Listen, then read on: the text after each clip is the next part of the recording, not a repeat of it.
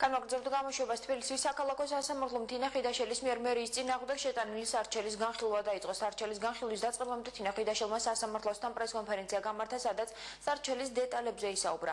როგორც რესპუბლიკური პარტიის ერთ-ერთმა ლიდერმა განაცხადა, მას თბილისის მერიამ პასუხი არ მისწერა მოთხოვნილ საჯარო ინფორმაციაზე, რომელიც თბილისის წყალთან და კომპანია აუდორჯისთან დადებულ ხელშეკრულებებს ეხება. ხიდაშელის განცხადებით ეს დოკუმენტაცია მას აქვს, თუმცა იმის გამო, რომ ოფიციალურად არ არის მოპოვებული, სასამართლოში ვერ გაასაჩივრებს თბილისის წყლის მიერ ტარიფის გაწვირებას.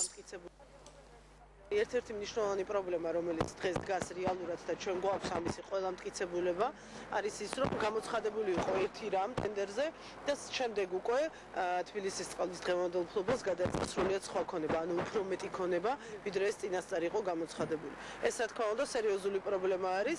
კიდევ ერთხელ ვიმეორებ, მე ეს დოკუმენტაცია მაქვს, იმიტომ რომ ძალიან ბევრი ადამიანია, რომელმაც ჩვენ მოგვაწოდა ეს ინფორმაცია, მაგრამ ჩვენ არ გვაქვს ოფიციალური ხელმოწერილი ინფორმაცია და სწორედ ამის მოპოვებას ვცდილობთ.